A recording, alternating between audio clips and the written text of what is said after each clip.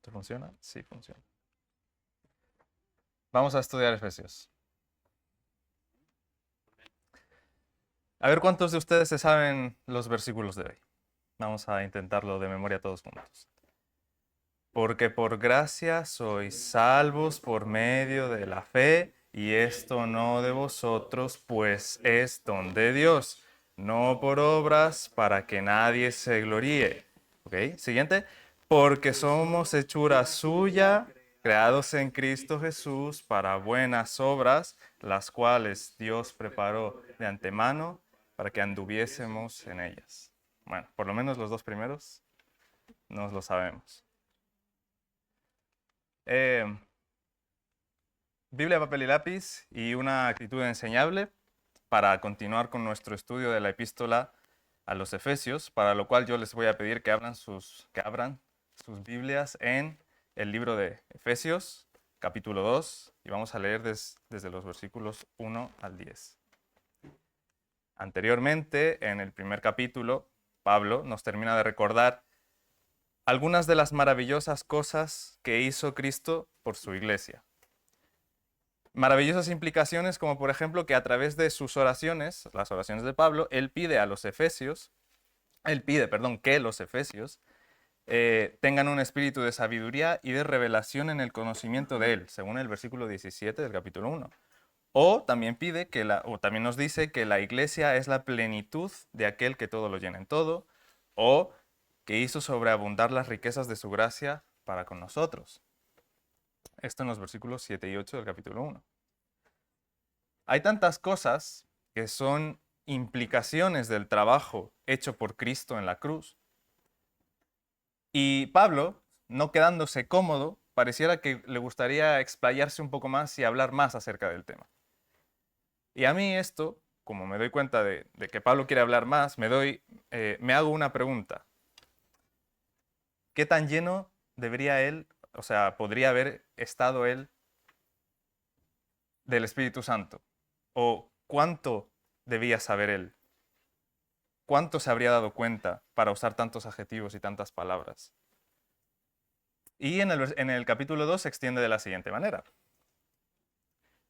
Y Él os dio vida a vosotros cuando estabais muertos en vuestros delitos y pecados, en los cuales anduvisteis en otro tiempo, siguiendo la corriente de este mundo, conforme al príncipe de la potestad del aire, el espíritu que ahora opera en los hijos de desobediencia, entre los cuales también todos nosotros vivimos en otro tiempo, en los deseos de nuestra carne, haciendo la voluntad de la carne y de los pensamientos. Y éramos por naturaleza hijos de ira, lo mismo que los demás. Pero Dios, que es rico en misericordia, por su gran amor con que nos amó, aun estando muertos en nuestros delitos y pecados, nos dio vida juntamente con Cristo. Por gracia sois salvos. Y juntamente con Él nos resucitó. Y asimismo nos hizo sentar en los lugares celestiales con Cristo Jesús, para mostrar en los siglos venideros las abundantes riquezas de su gracia en su bondad para con nosotros en Cristo Jesús. Porque por gracia sois salvos por medio de la fe, y esto no de vosotros, pues es don de Dios, no por obras, para que nadie se gloríe, porque somos hechura suya, creados en Cristo Jesús para buenas obras, las cuales Dios preparó de antemano para que anduviésemos en ellas.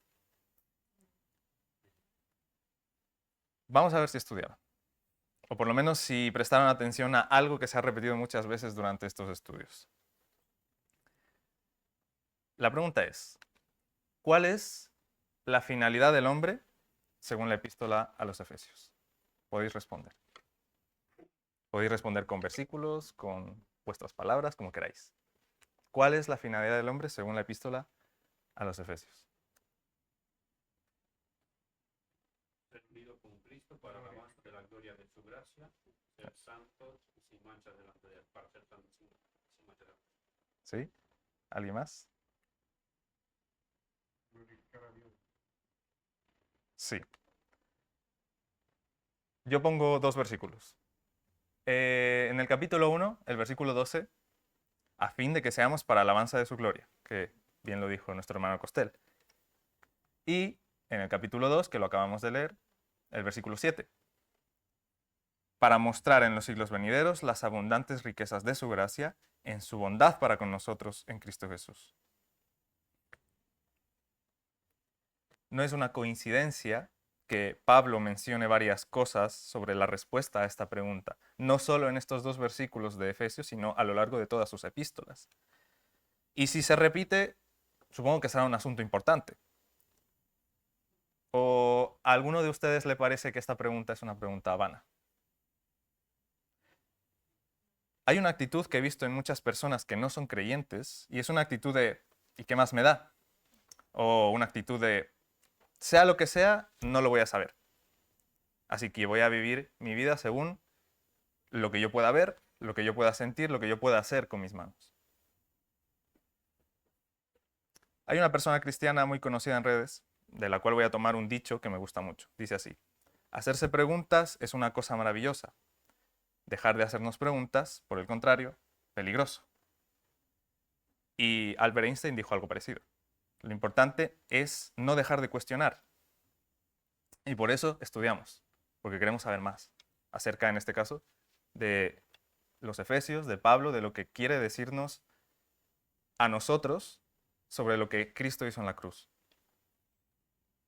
Supongamos que damos por ciertas las respuestas de los versículos que vemos en pantalla a nuestra pregunta de cuál es la finalidad del hombre.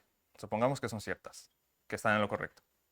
Entonces, vamos a leer los versículos del 8 al 10, ahora con un poco más de atención, que estos versículos que también ustedes se saben de memoria. Porque por gracia sois salvos por medio de la fe, y esto no de vosotros, pues es don de Dios. No por obras, para que nadie se gloríe, porque somos hechura suya, creados en Jesús para buenas obras, las cuales Dios preparó de antemano para que anduviésemos en ellas. Al leer estos versículos podemos hacernos otra pregunta, por supuesto. Si la salvación comienza con la elección eterna de Dios y es efectuada por lo que Cristo hizo, por gracia, obviamente, nosotros no merecemos lo que hizo, ¿qué rol o qué actividad tiene entonces el hombre? Si ya lo hizo Dios, si ya lo hizo Jesús, ¿qué rol tiene el hombre? ¿Qué actividad tiene el hombre? Atento. ¿Han escuchado ustedes a personas que hayan dicho alguna vez, yo he tenido fe? Personas que no son creyentes o personas que dicen ser creyentes. Dicen, yo he tenido fe o yo tengo fe. Yo muchas veces en la universidad. Gente que habiendo estudiado bastante, porque en mi carrera la gran mayoría de nosotros pues nos tirábamos horas delante de los problemas planteados, pues gente que habiendo estudiado tanto, luego íbamos a los exámenes finales y decíamos, vamos con fe. Y algunos hasta con la cara demacrada de tanto estudiar, vamos con fe. A veces un poco en tono de burlarnos entre nosotros, pero en verdad íbamos con fe, de que lo que hemos estudiado pues lo íbamos a hacer bien el examen. O a lo mejor ustedes se encontraron con otro caso en el que alguna persona dijo, sí, yo soy creyente, yo tengo fe, y con esa excusa manifestaban cosas que le pasaran buenas en su vida, como, no sé, que les dieran algún préstamo, por ejemplo, o que se sanara alguien. No, yo tengo fe de que se va a sanar esta persona, o de que me va a ir bien en esto que voy a hacer.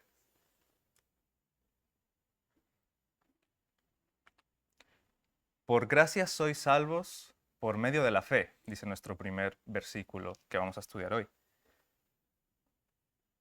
¿Somos salvos por gracia? Sí. Y no es la primera vez que escuchamos esto de Pablo, ya lo hemos visto muchas veces.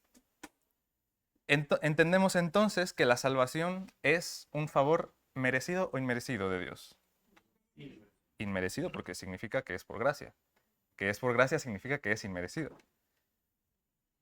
¿Y de qué hemos sido salvados?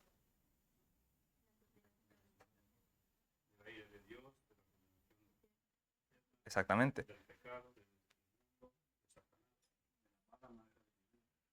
Ajá. Antes éramos hijos de qué, nos dice Pablo. Hijos de ira. Ujú. Y hemos sido salvados, como bien ha dicho, de la muerte eterna, de la ira de Dios, que era sobre nosotros porque éramos hijos de ira. Ahora, ¿qué somos? ¿Hijos de qué? ¿Hijos de Dios? Eso nos pone en la situación de que somos salvos, porque somos hijos de Dios, si somos hijos de Dios.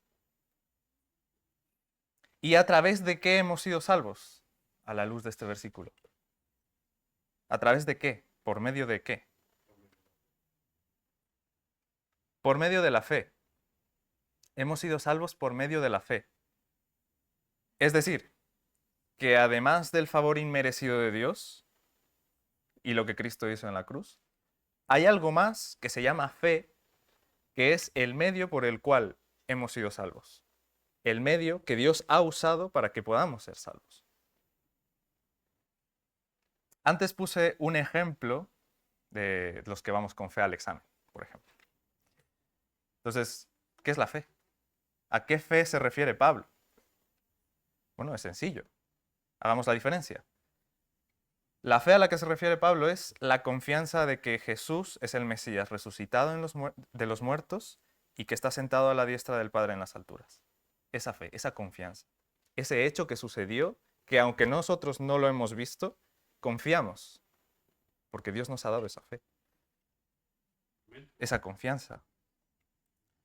Hacemos la diferencia entre la fe, hablando de cosas comunes, la confianza en yo hoy voy a dormir tranquilo en mi cama, con la fe de Cristo murió por mí. Hacemos una diferencia. Y esta es la fe de la que habla Pablo, la de Cristo murió por cada uno, por los que han sido salvos, predestinados. Luego dice, y esto no de vosotros, pues es don de Dios. ¿Qué cosa no es de nosotros? ¿Acaso la gracia, o la salvación, o la fe, o todas las anteriores, o todo en conjunto?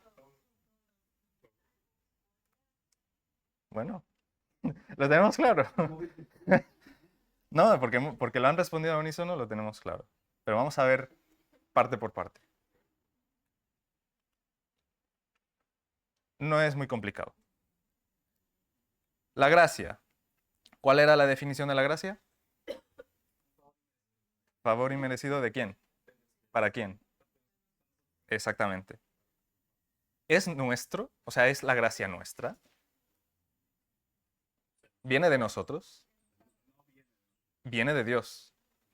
Entonces, esto no de vosotros puede referirse a la gracia. La salvación es el producto de la gracia de Dios. Dice él, por gracia sois salvos. Bueno, entonces si viene de él, no viene de nosotros. Descartado. La fe. Certeza de lo que se espera, convicción de lo que no se ve, nos dice Hebreos 1:1. Aunque aún yo no haya visto cuál es mi examen de matemáticas, aunque yo no lo tenga enfrente, yo estoy convencido de que lo que voy a resolver lo voy a hacer bien porque he estudiado 20 horas seguidas. Puede ser. Tengo fe porque estoy confiado de que me va a servir lo que estudié, ¿no? Esta confianza es mía porque yo la he construido con mis esfuerzos. Pero antes hemos hecho la diferenciación. El mensaje central de este pasaje. Pongan atención. No hay esfuerzo humano alguno mediante el cual podamos construir una confianza. Así como yo construyo mi confianza para poder resolver el examen, para construir la confianza de que Jesús es el Cristo, no hay esfuerzos que valgan. Para confiar en que Jesús murió por mis pecados, resucitó y está sentado a la diestra del Padre, no hay esfuerzos que un humano pueda hacer. Nos lo dice Pablo en estos versículos. Es algo que viene del Padre, que nos lo da a los que somos salvos por gracia, inmerecidamente. Yo, para el examen de matemáticas, me he tenido que leer 3 libros, he tenido que hacer 100 ejercicios, dedicar mañanas enteras, tardes enteras, pero para salvarme de la ira de Dios, aunque yo me lea la Biblia, aunque yo done toda mi fortuna a los pobres, y aunque yo honre a mis padres, a mi familia, y vaya todos los días a misa, Yo no tengo esa confianza de que viviré junto a Cristo en la vida eterna. No puedo tenerla si no viene de Dios.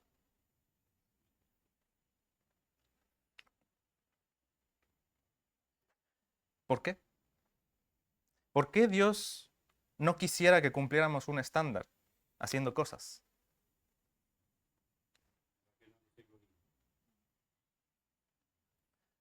Como si de una nota de examen se tratase. De hecho, Dios sí quiere y requiere que cumplamos el estándar. ¿Quién es el estándar? ¿Podemos cumplir el estándar? No podemos. ¿O acaso alguien conoce a alguna persona que sea igual a Cristo? Yo no. Y muchos dicen que sí y no los veremos en la vida eterna. Yo sé de alguien que sacó sobresaliente, no en los mandamientos, pero sí en el tema de la fe.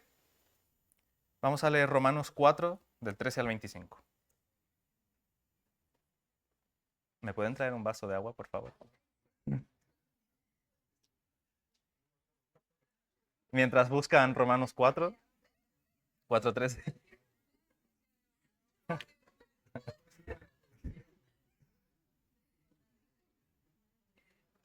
Me alegra que estén poniendo atención.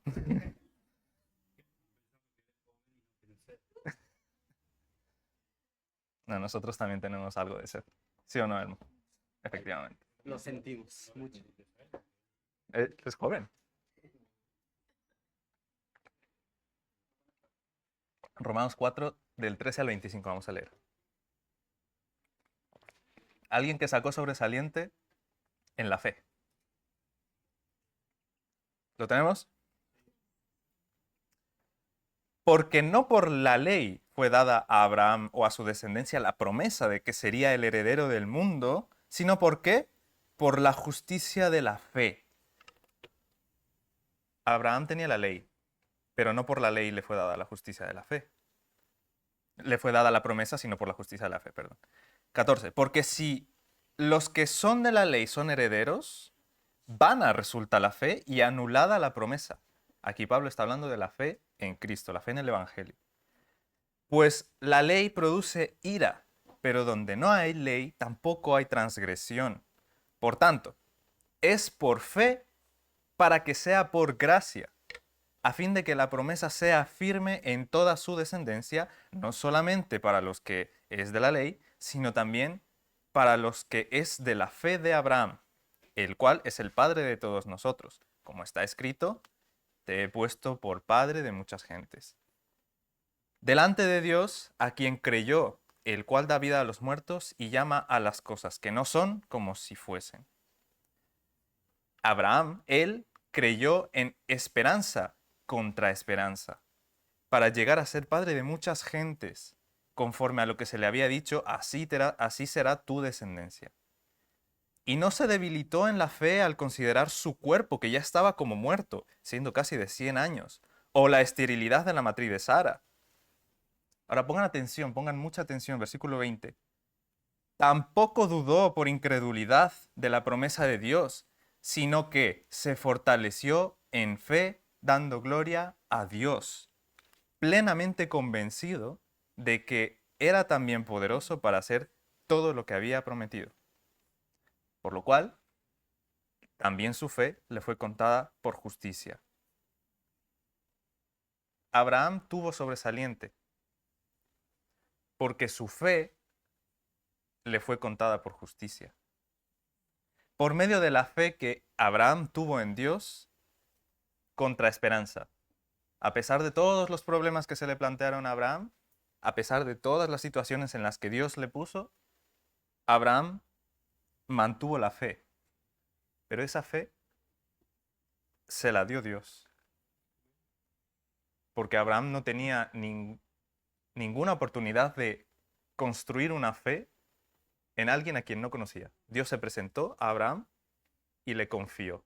Le dio la fe para que al final Abraham pueda seguir confiando en él.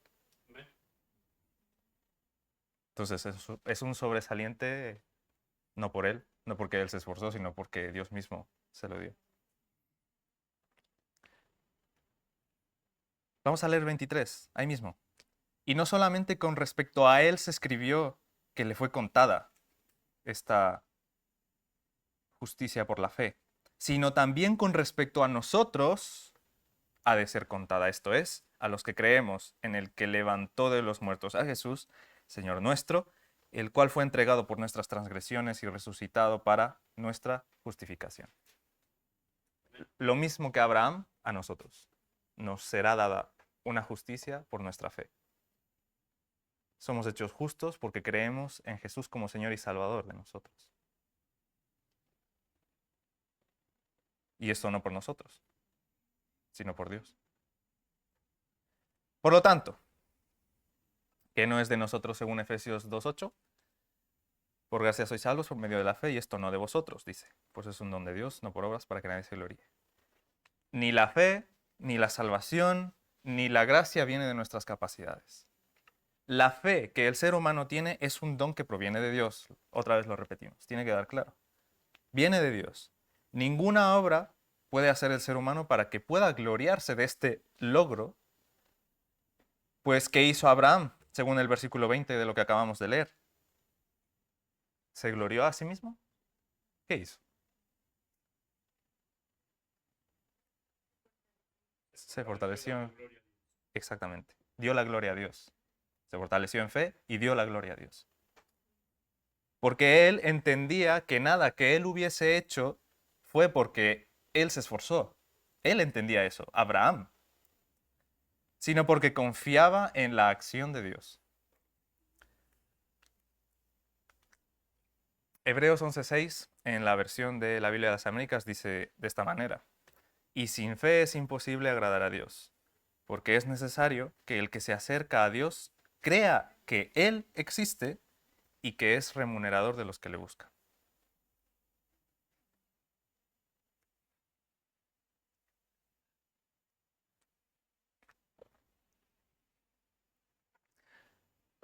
Oye, Julián, entonces, un incrédulo que tuvo fe para el examen de matemáticas, ¿recibió un don de Dios?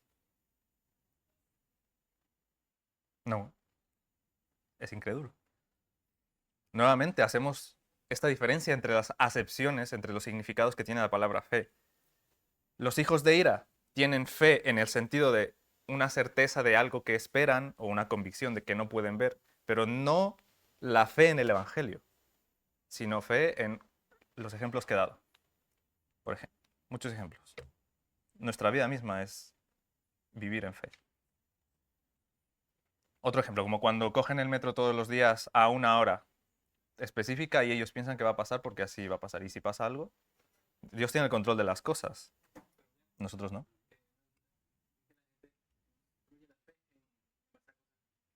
Eso que pasa, por ejemplo, Sí, lo del metro.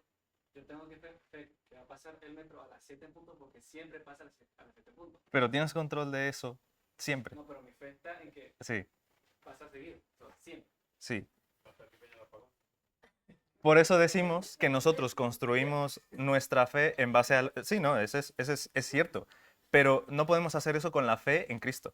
Nosotros no podemos construir esa fe, nos la da Dios. Esa es la diferencia. Nosotros construimos nuestra confianza en algo que podemos hacer, como el examen, como el metro, como lo que sea, pero en Cristo, en la salvación que nos es dada por fe, en eso no.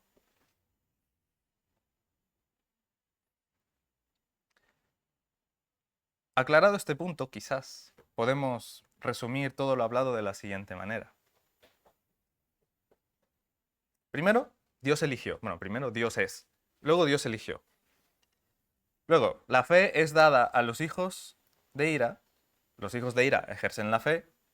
Dios alimenta esa fe y son hechos hijos de Dios.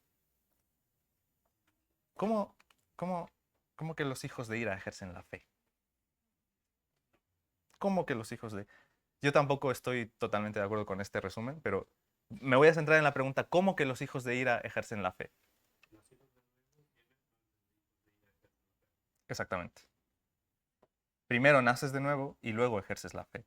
Pero el nacimiento te lo da Dios, otra vez. Un muerto no puede revivir por sí solo. El que revive es Dios. Desde el punto de vista del ser humano, el cual es ignorante sobre las elecciones soberanas y previas de Dios. Todos somos hijos de ira en un principio, porque heredamos la naturaleza pecaminosa de Adán.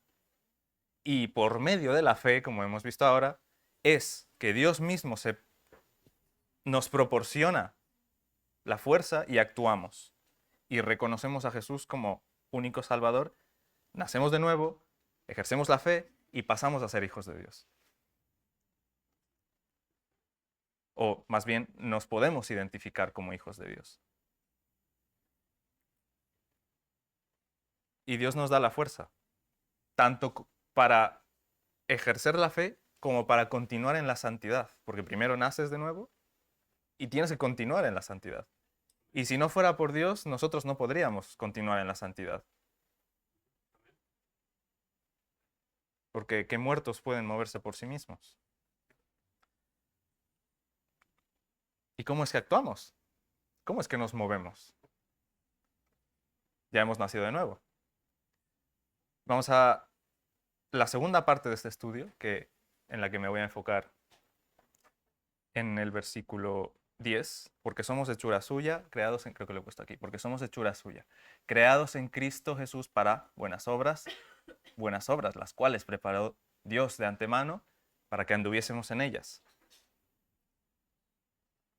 La pregunta es, la voy a repetir para que pensemos, ¿cómo es que nosotros actuamos? O sea, ya sabemos que somos salvos por gracia, por medio, a través de la fe, y ahora actuamos. Buenas obras. Veamos Filipenses 1:29. Vamos a buscar Filipenses 1:29.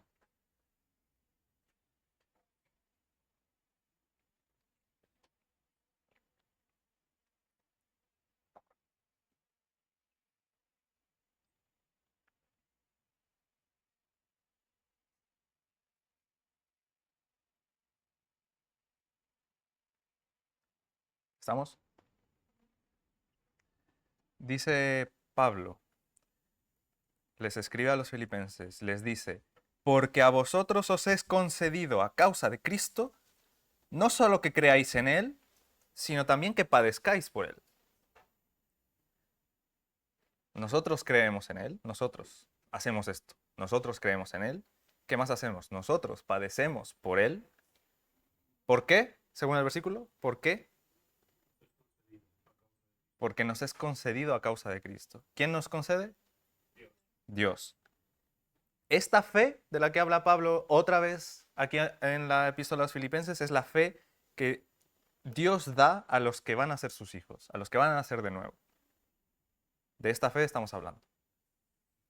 Oye, Julián, ¿pero estás seguro que ahí Pablo habla de esa fe? Vamos a leer desde el 27, que no tiene ningún desperdicio. Acuérdense, esta epístola, ¿desde dónde está escrita? Pablo, ¿desde dónde la escribe? Desde una prisión. Sabiendo, Pablo, que podrían haber hermanos de Filipos que se preocupen por él, escribe esta carta. Y también sabiendo que hay otros que en cambio se burlan y contienden con él o a causa de él. Entonces dice Pablo en el versículo 27, les manda, solamente que os comportéis como es digno del Evangelio de Cristo, para que, o sea que vaya a veros o que esté ausente, oiga de vosotros que estáis firmes en un mismo espíritu, combatiendo unánimes por la fe del Evangelio. Ahí está, la fe del Evangelio. Y en nada intimidados por quienes, por los que se oponen.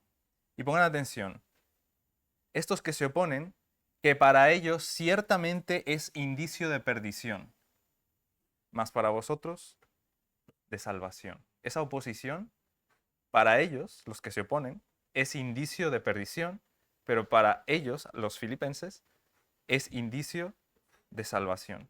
¿Y esto de quién? Y esto de Dios. Si ellos, los que se oponen, si ellos supieran, ¿no?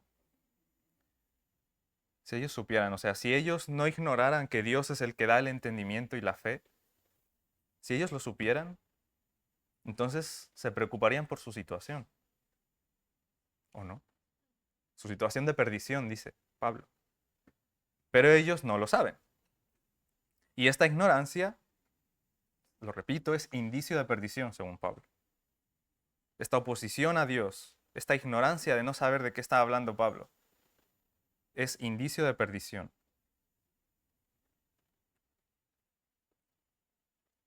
¿Por qué? Porque Dios no les ha dado fe, todavía.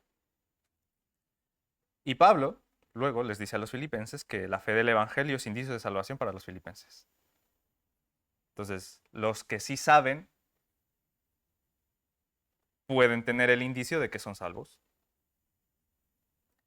Y esto viene de Dios. Nada puede hacer el ser humano, no puede construir una confianza de que va a ser salvo. Si no es que Dios le da esa confianza, directamente. Luego ya lo deja aún más claro en el versículo 29, que es el que hemos leído. Porque a vosotros os es concedido, a causa de Cristo, que no solo que creáis en Él, sino también que padezcáis por Él, teniendo el mismo conflicto que habéis visto en mí y ahora oís que hay en mí. Este conflicto del que habla es el hecho de que está preso, de que le injurian, de que le molestan por causa de Cristo. Nosotros creemos, nosotros padecemos. ¿Por qué? Porque Dios nos concede. Si ellos supieran. Si ellos supieran. ¿Y cómo creerán en aquel de quien no han oído? Vamos a Romanos 14, 14.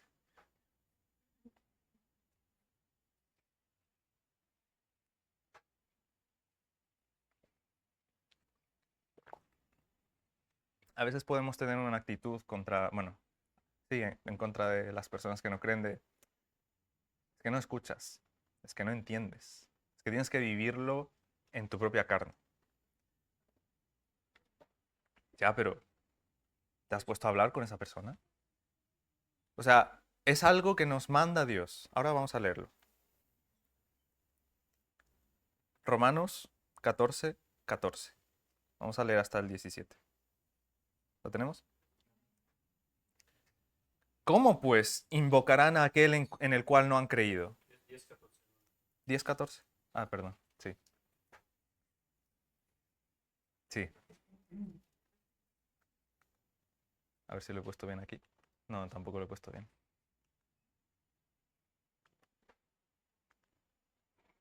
Bueno, Romanos 10, ¿vale?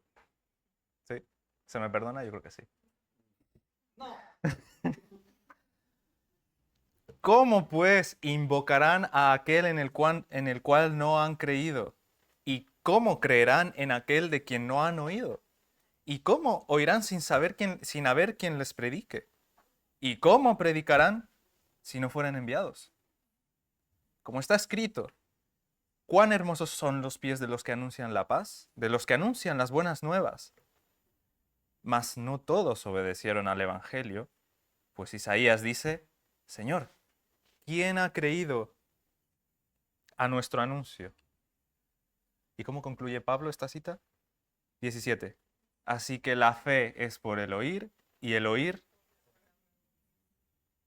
¿Quién da el oír? Dios a través de la palabra. Entonces, ¿cómo actúa una persona que ya no es hijo de ira, sino que ahora es hijo de Dios?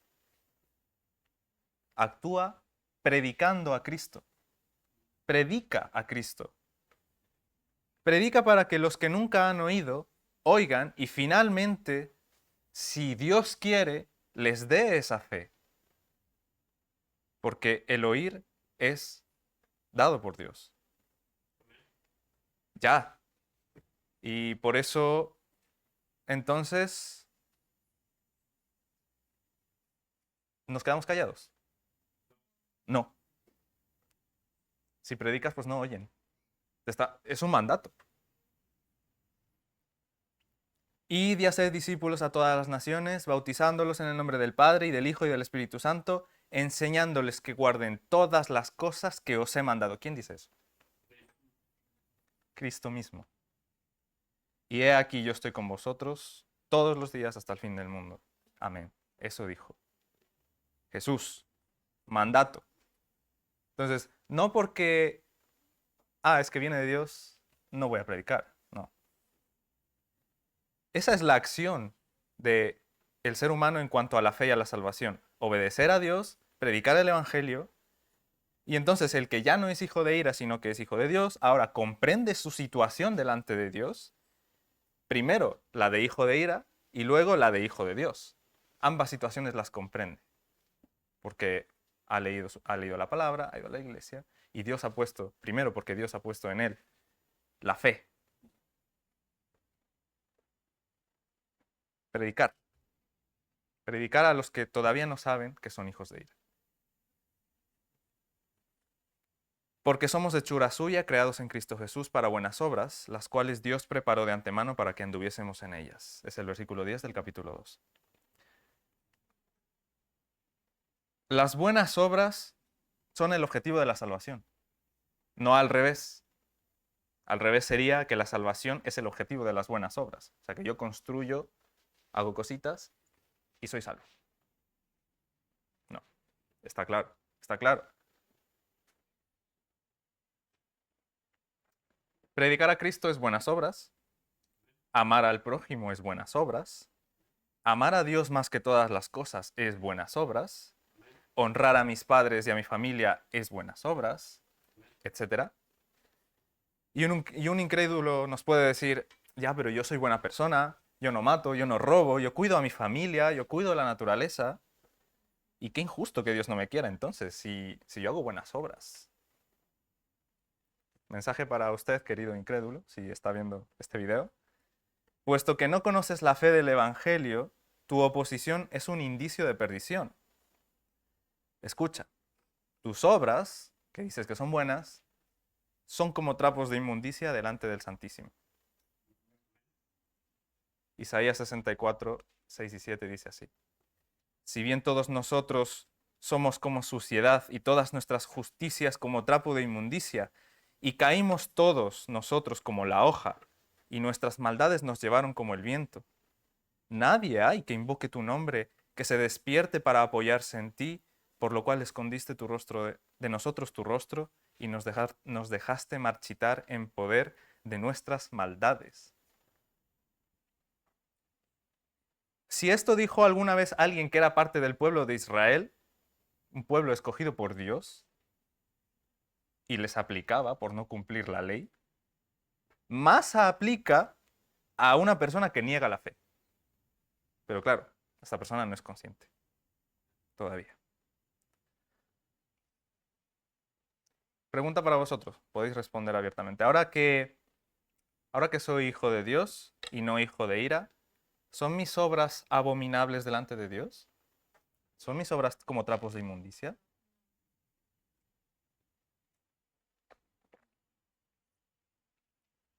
¿Dirías que tus buenas obras son como trapos de inmundicia? Yo no. Si mis obras fueran como trapo de inmundicia, entonces estaría diciendo que lo que preparó Dios de antemano no sirve. Y por lo tanto que no soy salvo. Una vez que somos hechos hijos de Dios, nuestras obras, nuestras buenas obras, estas buenas obras de las cuales habla Pablo, son fruto de nuestra salvación. Por lo tanto, de Dios. Y las obras que Dios hace son sus obras. Vamos a hacernos una última pregunta. ¿Para qué nos ha salvado Dios? ¿Ya lo hemos leído? ¿Para qué nos ha salvado Dios? Si queréis podéis responder abiertamente, si no podéis decirme un versículo. De hecho, lo hemos leído en Efesios 2, algunas cosas. Sí. Exactamente. ¿Alguna más? ¿Para qué nos ha salvado Dios? Exactamente. Yo pongo dos versículos de los tantos. Versículo 7 del capítulo 2. Para mostrar en los siglos venideros las abundantes riquezas de su gracia en su bondad para con nosotros en Cristo Jesús. O sea, para el futuro. para los que siguen después de nosotros, que también han de ser salvos, y para el resto del mundo también. Y, versículo 10, nos ha salvado porque somos hechura suya, creados en Jesús para buenas obras, para que ejerzamos las buenas obras de las cuales está hablando Pablo, para que los que somos salvos podamos exhibir la obra de Dios. Finalmente, para no cansarles más el cerebro, quisiera hacer una reflexión final a modo de resumen de estos versículos que hemos leído. Y es lo siguiente: aquel que se hace llamar cristiano, que verdaderamente nació de nuevo y que tiene como objetivo poner en práctica lo que aprendió de su maestro, es cristiano. Porque ha empezado a comprender el significado de ser salvo salvo por gracia por medio de la fe. El cristiano al cual Dios le dio el don de la fe comprende y pone en práctica las buenas obras que Dios preparó de antemano, porque, otra vez, comprende el significado de la gracia de Dios. Sabe que es inmerecido, sabe que su condición era fatal, pero gracias a Dios ahora ya no es fatal, ahora es la mejor. Y toda la gloria, este cristiano se la da a Dios, porque comprende el significado de gracia. Nosotros no merecemos. Pero lo que ahora tenemos como hijos de Dios es porque Él nos dio, y como hijos de Dios actuamos como tales. Entonces, comportémonos como tales si tales somos. Amén.